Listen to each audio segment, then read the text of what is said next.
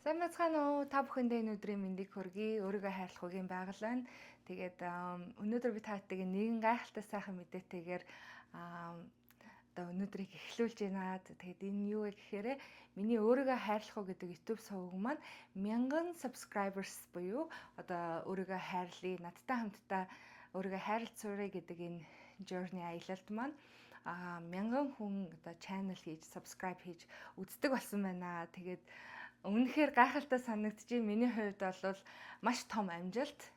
Яагаад гэхээр би одоогоос жил гаруйхны өмнө болвол те намайг нэг ганцхан хүн үзээд те надтай хамтдаа одоо миний өөрийгөө хайрлах аялалд гараасай. Тэгээд өөрийгөө хайрлаад илүү аз жаргалтай сайхан амьдраасай гэдэг мөрөөдөл хүсэлтэйгээр би өөрийгөө хайрлах уу гэдэг суугийг анх нээж байлаа.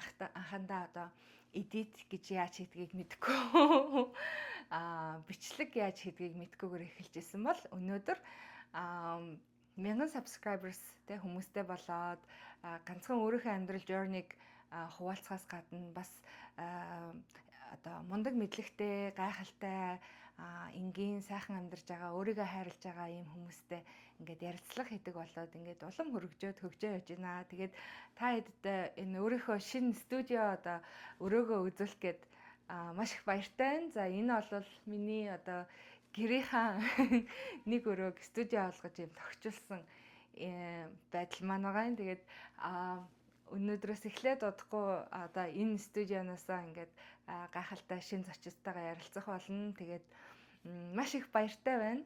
За тэгээд тэрнээс гадна юу ярих гэж ирсэн бэ гэхээр хүмүүс надаас маш их асууж байна л да. Юу болсон бэ? Яасан бэ? Яагаад хаалгаанд орчих вэ? Би чинь гайгүй юу? Чи чаднаа, мундаг байна гэдэг ингээд зөндөө олон хүмүүсээс ерөөлийн гайхалтай өгнүүд сонссон. Тэгээд та хэдээ маш их баярлалаа. Тэгээд юу болсон талаараа хуваалцъя. Тэгээд юу болсон гэхээр би одоо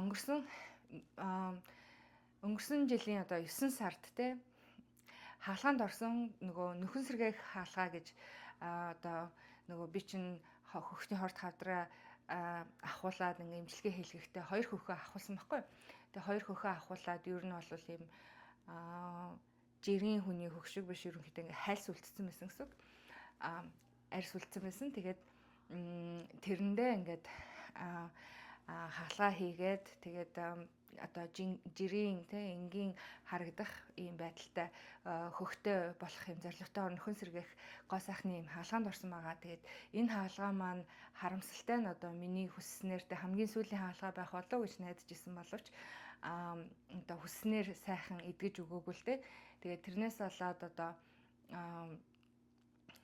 сая одоо 2-7 хоногийн өмнө хаалгаанд орох болсон. Тэгээд яасан гэхээр миний 2 хөхөнд ийм силикон хийх нөгөө 9 сарын хаалгаанд гоо сайхны хаалгаанд чинь силикон хийх хэрэгтэй байсан. Тэгээд ганцхан силикон хийгээд одоо дүүрчдэггүй юм байлээ л дээ. Хөх болчдггүй, энгийн харагддаггүй. Яагаад тэгэхээр нэг бусад одоо гоё эмэгтэйчүүд ингээд гоё хөхтэй том хөхтэй болохын тулд ингээд гоё хөхөө томруулах силикон хийждэг бол одоо яг хорт хавдрын нөгөө өвчтөн хүмүүс болохоор ганцхан силикон хийх бол хангалттай байдаггүй юм билээ. Тэгээд миний биенээс бол юм донор одоо хэсэг газраас надаас өөх авсан. Тэгээд өөх аваад бас өшөө энэ хэрэгцээтэй нөгөө ийм юу байна те тэрийг аваад ингээ миний хөхөнд хийж суулгасан. Тэгээд тэр үед миний нөгөө донор хэсгийн маань одоо оёхдоо ингээд дотор талын ойдол болон гадна талын ойдол гэж байд юм байна. За тэгээд дотор талд нь болохоор одоо нөгөө булчин сөрмөш юу байдیں۔ Те нөгөө өөхтэй үдийг оёод тэгээд гадна талд нь одоо нөгөө арсыг ингээ оёод ингээ тогтоод юм байна. Тэгээд миний хаалгаа болохоор ингээд гадна талынх нь эхлээд ингээ сайхан идэгчгсэн юм шиг болоод ингээ сорив тогтоод ийм болчихсон байж яснаа. Нэг л өдөр ингээ улаагаал хавтаал ингээл өрөвсөд эхэлсэн. Тэгээд нөгөө хаалгааныхаа эмчтэй уулзах үед за энэ гайгүй болчих болов уу гэл ингээл яваал. Тэгэл өөр янз янзын эмчилгээ хийлгээл нөгөө стероид шот гэж байдаг. Стероид шот хийлгээл ингээл нөгөө инфламмашн энэ өрөвслээ ингээл дарчих гад үзээд байсан л та. Даанч Сүүлдээ нөгөө өрөвсөж улааж яснаа ингээд нүх гараад ингээд дотроос нь ингээд одоо янз бүрийн шүүсэрхэг юм гардаг болоод эхэлсэн байхгүй. Тэгээд энийг одоо яасан юм болоо гэдгсэн чи юм чи чиний бие ингээд өөрөө энэ нөгөө одоо дотор талд хийсэн ойдлыг ингээд уусгах хэвээр. Гэтэл чиний бие уусгаагүй байна. Уусгахгүй ингээд тэр ойдлын утсыг ингээд нөгөө гадны бит гэж үзээд ингээд бие маань ингээд биес гаргаж хайх гад ингээд инфламмашн үүсгээд байгаа юм байна гэдэг юм ярьсан л та. Тэгээд энийг англиар болохоор stitch spearing билүү. Нэг тийм сонин нэршилтэй хэлжсэн. Тэгээд тийм юм болоод за тэр бол нэг хаалгаа. Тэгээд хоёр дахь нь болохоор яасан гэсэн чинь миний нөгөө одоо яг хавдартай байсан талын маань хөхөнд би одоо ийм том одоо нөгөө нэг radiation хийлгсэн байхгүй юу. Ингээд тэр хэсэгтээ бүхэлд нь ингээд туяаны эмчилгээ хийлгсэн, цацрах туяаны эмчилгээ. Тэр эмчилгээ маань ерөөсөө насан туршид нь ингээд миний EDC-г ингээд энэ талын юг гэмтээчдэг юм байна. Тэгээд дотор талд нь ингээд сорвжилт үүсгээд байнгын ингээд инфламмашн болоод булчин сүрмэс нь ингээд таталтаад ингээд байж идэг юм байна. Тэгээд баруун талд хийсэн одоо хаалгаа маань ингээд улам агшаад ингээд энтлийн хөх маань ингээд улам жижигрээд хатуураад тэгээд гаранд маань ингээд өвч орсон. Ерөөсөө хөх бол ерөөсөө нөгөө нэг цээжний булчин тэгээд энэ гартай холбоотой гэдэг юм лээ. Тэгээд гаранд маань өвч ороод сүултээ ингээд гараа өргөх ингээд ийм range of motion-ууд хийхэд ингээд хэцүү болж эхэлсэн учраас за хаалгаа яа. Тэгээд нэгдүгээрт тэр нөгөө өрөвслийг ингээд бүгдийг авч ингээд дэмжлэх хэрэгтэй байсан. Тэгээ хоёр дахь нь болохоор миний энэ хөхийг дахиж янзлах юм одоо хаалгаанд орсон юм аа. За тэгээд энэ хаалгаанд орохдоо бол би энэ удаад бол маш их сэтгэл зүйн бэлтгэлтэй. Тэгээд их тайван. Тэгээд аль болох өөрийгөө илүү тооглож амраасан байдлаар одоо сэтгэл зүйн хувьд бол тэгж орсон. Тэгээд нөгөө олон ойрхонч гэдэг юм уу энэ нөгөө нэг одоо general anesthesia монголоор юу гэдэг лээ ингээд унтуулагтай ингээд ороход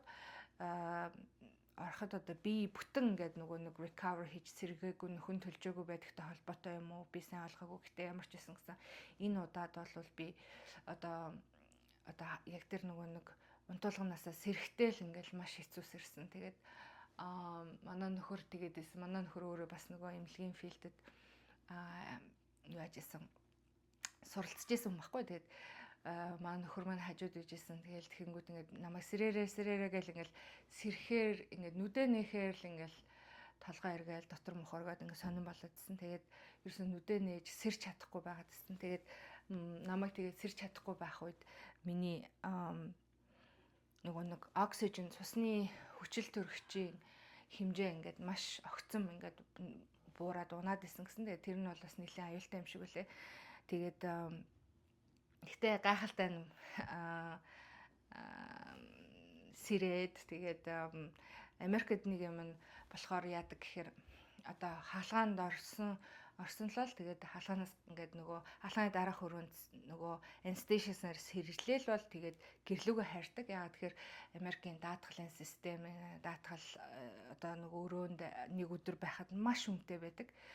Тэгээд бас нөгөө талаасаа бодоод байхад өвчтөн ч гэсэндээ гэртээ харах нь илүү амар ингээд өөрийнхөө орон дээр ингээд 50 амгалан унтаж байх нь илүү дээрч байдаг юм шиг санагдсан. Тэгээд би урд нь нөгөө хөхөө ахуулах хаалганд орж явах үед эмнэлэгт ингээд үлдээд ингээд нэг хоножсэн. Тэгээд тэр хоноход ерөөсө бараг 30 минут шахууд ингээд 30 минут every 30 minutes ингээд юу хэрэг сувлагч өшөө им технишнүүд ирээд ингээд байнгын дараалт ингээд хамаг юм шалгаад ингээд ерөөсө унтуулж амраадгүй юм билэ. Тэгээд би бол гэртээ хайхыг угаасаа prefer хийдэг. Тэгээд гэртээ хараад ерөөсө гэрлэнд маш их мэдрэг болчихсон байсан. Ингээд гэрэл рүү харах, утсаа харах ерөөсө ингээд цонхны гэрэл гэдэг юм. Ямар ч гэрлэнд айгу мэдрэг болоод тэгээд ерөөсө бүх өрөөнийхөө гэрлийн унтраагаад ингээд нүдэ нээхээр ингээд толгой эргээ дотор мохор гэдсэн болохоор ингээд байнгын нүдэ анаастай нэг эхний 3-4 хоног 4-5 хоног ч юм уу баг байсан баха. Тэгэж жоохон recover хийхэд жоохон тийм байсан.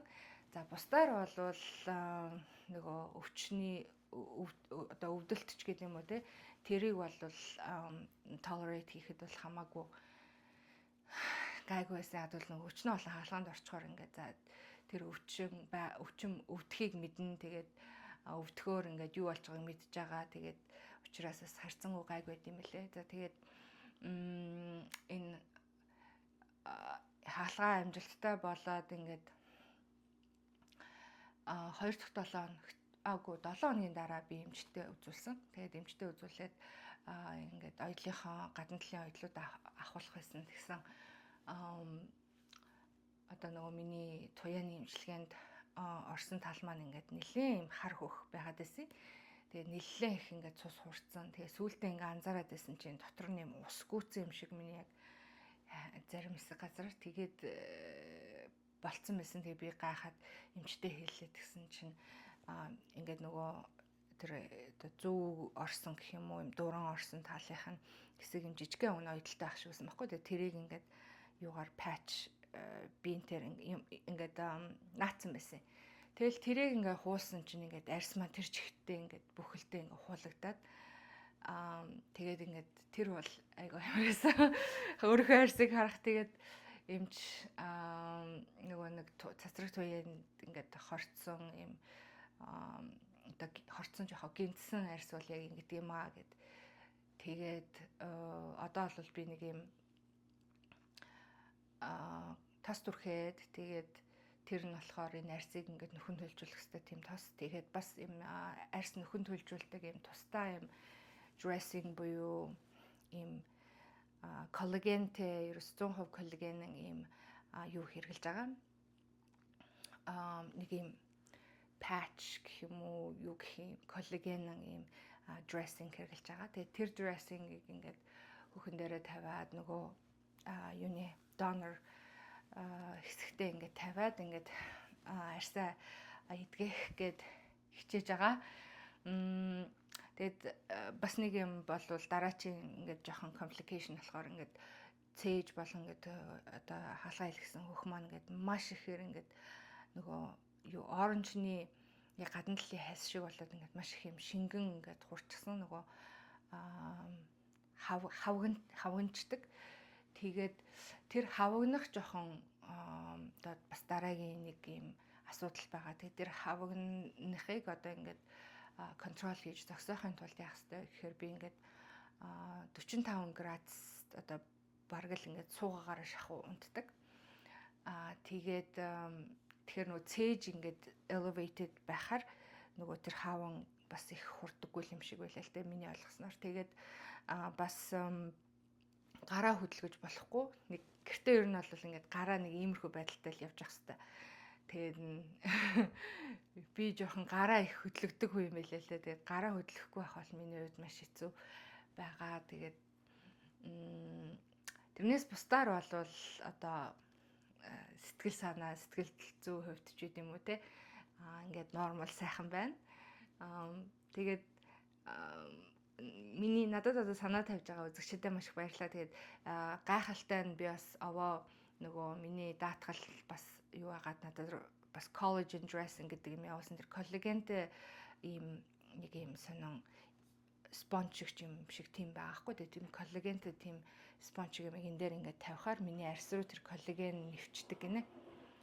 Тэгээд тийм юм хэлэгж байгаа болохоор утгагүй хурдан эдгэх байх гэж найдаж байгаа. Тэгээд энэ удаад бол би маш их болгоомжтой бие эдгэх гэж хичээж байгаа болохоор ингээд хөдөлгөөн хориостой гэхдээ ингээд сэтгэл зүйн хувьд маш тайван амгалан гэрийнхнийгаа ингээд юу яагаад надад ингээд анхаарал санаа тавихт нь маш их баяртай ингээд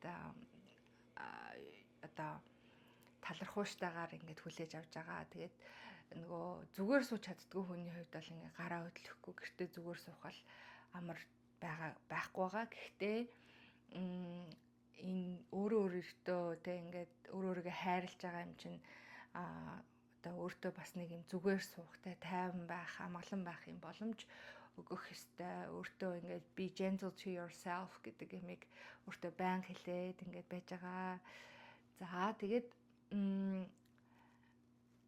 одоо үүгээрээ би ингээд тэ юу хэлэх гэсэн бэ гэхээр миний бол яг эрүүл мэндийн хувьд ийм байгаа. Гэхдээ би бол хөдөлгөөн хорихгүй ч гэсэндээ ингээд тэ сурж суралцах мэдэх юмаа бас сурч мэдмээр байгаа. Тэгээд та хэд маань баясгалан эмч анагаах ухааны доктор профессор тэгээд эмэгтэйчүүдийн эмч transformational coach баясгалан эгчтэйгээс ярилцлагыг маань маш олон хүн үзсэн байсан. Тэгээд зарим хүмүүс бүр өглөө болгон үзэж ингээд өөртөө сануулдаг тухайгаа ч гэсэндээ надад хэлжсэн. Тэгээд зөндөө олон хүмүүст ингээд тэ нэгийг бодуулсан, тэ хоёрыг тунгаалгасан юм гайхалтай сайхан ярилцлага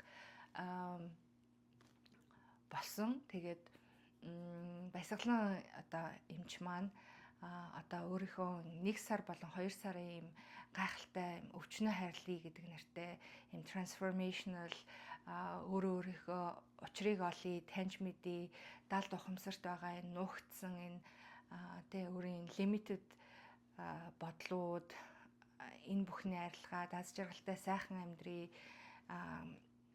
амьдрахад туслах юм 1 сар болон 2 сарын юм 2 төрлийн онлайн юм коучинг анги нээсэн байгаа юм билээ. Тэгээд би бүр маш их баяртайгаар гэхдээ яг би хоцорсон өнөөдрөөс эхлээд баясгалан эмчийнхаа энэ онлайн сургалтанд суугаар болсон. Тэгээд энэ сургалтнаас бол маш их олон юмыг би сурч мэдэж аавна гэж бодож байгаа. Тэгээд миний хувьд гэх юм бол би одоо өөрийгөө таньж мэдээд өөрийгөө хайрлаад эхэлсэн. Тэгээд дараагийн төвшөнд хүрэхдээ ингээд цаашдаа илүү өсөн дэвжиж ингээд хөгжөхөд туслах одоо миний тархины төгжээг ингээд мултлах юм гайхалтай сургалт болох гэж байгаа шиг байна. Тэгээд би бол маш их excited байгаа. Тэгээд над шиг бас баясгалан эмчийн өвшөө цаашаа юу ярихыг илүү ихээр сонсомоор үзмээр байгаа хүмүүс байх юм бол энэ сургалтанд заавал суугаарай гэж хүсэж байна. Тэгээд би ч гэсэндээ тэр сургалтанд байх учраас та хэд маань надтай ингээд нэг анги болоод бүгдөө гоё илүү өөрөөсөө илүү сайхан аз жаргалтайгаар одоогоосоо илүү сайхан аз жаргалтайгаар сайхан амьдрахыг суралцъя гэж бодож байна. За одоогор бол миний хувьд нэг ийм сонин сайхан байна. Тэгээд цаашдаа дараачихаа ингээд project төсөл янз янз юмыг би хийхээр төсөөлөөд ингээд төлөвлөөд ингээд явж байгаа. Тэгээд бас нэг юм байгаа, нөгөө хүмүүс их асуугаад байсан баясгалан эмчтэй яаж холбогдох вэ гэдэг. Баясгалан эмчийн нөгөө орчуулсан өвчнөө хайрлая гэдэг нэртэй юм 2 дэвтэр ном байгаа юм байлээ. Тэгээ энэ номыг та бүхэн минь олж уншаарай. Тэгээд нөгөө баясгалан эмч яриадсан гайхалтай юмнууд бол энэ номон дээр байгаа. Тэгээд гадаад амьдардаг хүмүүс маань M-book-ээр сонсож болох юм байлээ. Тэгээд Монголд байгаа хүмүүс ч гэсэн ялгаагүй шүү дээ. Машиндаа сайхан төгжрээ явж байхдаа төгжрээч яг юу нь бол машиндаа явж байхдаа ингээд сонсож болохоор юм гайхалтай M-book дээр орсон байгаа гэсэн. Тэгээд би бас тэр номыг авч уншия гэсэн бодолтой байна. Тэгээд за нэг тиймэрхүү. Тэгээд надтай хамт ярилцсан янжмаагч маань одоо гадаадад сая ямар ч байсан сошиал медиагаар битээр найзууд тэгээд явж ах шиг байсан. Тэгээд энэ удаад бас сайн үйлсийн аян өрнүүлээ. Тэгээд тэрнийхээ дагуу бас явж байгаа гэж би сонссон. Тэгээд манай Emily буюу миний сайн найз мөнгөн чимэг маань бас бүр Монгол HD телевизэд ярилцлага өгсөн байсан. Тэгээд та хэд маань бас тэрийг үзэж амжсан болоо яасан бол саяхан бүр ингээд тэ Hollywood-ийн гайхалтай Emmy Awards гэж байдаг. Тэгээд тэр awards-ийн одоо бас нэг шинэхэн гишүүн тэгээд шүүгч болсон байгаа. Тэгээд найстаа маш их баяртай байна. Тэгээд ганаа маань ч гэсэндээ гайхалтай олон орноор аялаад гэрийнхэнтэйгээ найзуудтайгаа цагийг сайхан өнгөрөөгд явж байгаа харагдсан сошиал медиагаар. Тэгээд за миний одоо сүүлийн үед те season өөрийгөө хайрлах уу гэдэг нэртэй season 2 гайхалтай зочдтой ярилцж байгаа. Зочдын маань хувьд бол нэг иймэрхүү байх шиг байна. Тэгээд та хэд манаас YouTube дээр минь харах юм бол тэр зочдыг маань бас сошиал медиагаар нь дагаж болно. Бас хэрлэн байгаа. Манай хэрлэн маань мундаг ээжүүдэд зориулсан тэгээ бизнес хийх ийм коучинг скул дээр ийм бас шинэ анги эхлүүлсэн явж байгаа таад манаас сонирхоод хичээлтэн суувал бас гайхалтай мундаг ийм гайхалтай эмэгтэйчүүдээс зөндөө юм сурах юм байдаг те. Бид нэр зүгээр л ингээд бидний дунд энгийн ингээд байж байгаа боловч ингээд бүр гайхалтай юм хийгээд явж байгаа ийм хүмүүсийг би ингээд өргө хайрлах уу гэдэг итэ согт оролцуулаад ингээд ураад ярилцж байгаадаа би бүр маш их баяртай. Тэгээд таад манаас ойлгох хэрэгтэй би болвол нөгөө яг мэрэгжлийн одоо тий хөтлөгч одоо сэтгүүлч хүн биш учраас заримдаа алдаа гаргадаг л баг. Гэхдээ намайг сонсоод тий миний одоо ярилцж байгаа оролцогчдоос минь бас нэгийг мэдээж тий авч байгаа байх гэж найдаж байгаа. Тэгээд энэ яриагаа ингээд үгээр өндөрлөе. Тэгээд та бүхэн маань stay tuned байгаад дараачийн би бас нөгөө баясгалан багшийн одоо ихчийн маань хийж байгаа энэ сургалтанд суугаад таадаа бас өөрт ямар үр нөлөө гарч байгаа энэ талаараа бас жижигхэн reel хийгээд эсвэл YouTube дээрээ одоо энэ 2 сарын сургалтын дараагаар би бас надад ямар өөрчлөлт гарсан талаар бас ярилцсанаа. За тэгээд түр баяртай. За мэдээч хэрэг 1000 гаруй одоо subscribers-тэй хүмүүстэй болсон. Тэгээд бас өшөө намайг сонсдог мөртлөө subscribe хийж амжаагүй байгаа хүмүүс байвал subscribe гэдэг энэ нэг жижигхэн юм нэг bell шиг бутан байгаа шүү дээ. Тэрэн дээр дараад намайг дэмжиж бас миний цаашдын те өөрийгөө хайрлах юм journey-д маань сонирхоод үзээрэй гэж хэлмээр байна. Ингээд дараа дахин уулзлаа. Түр баяртай.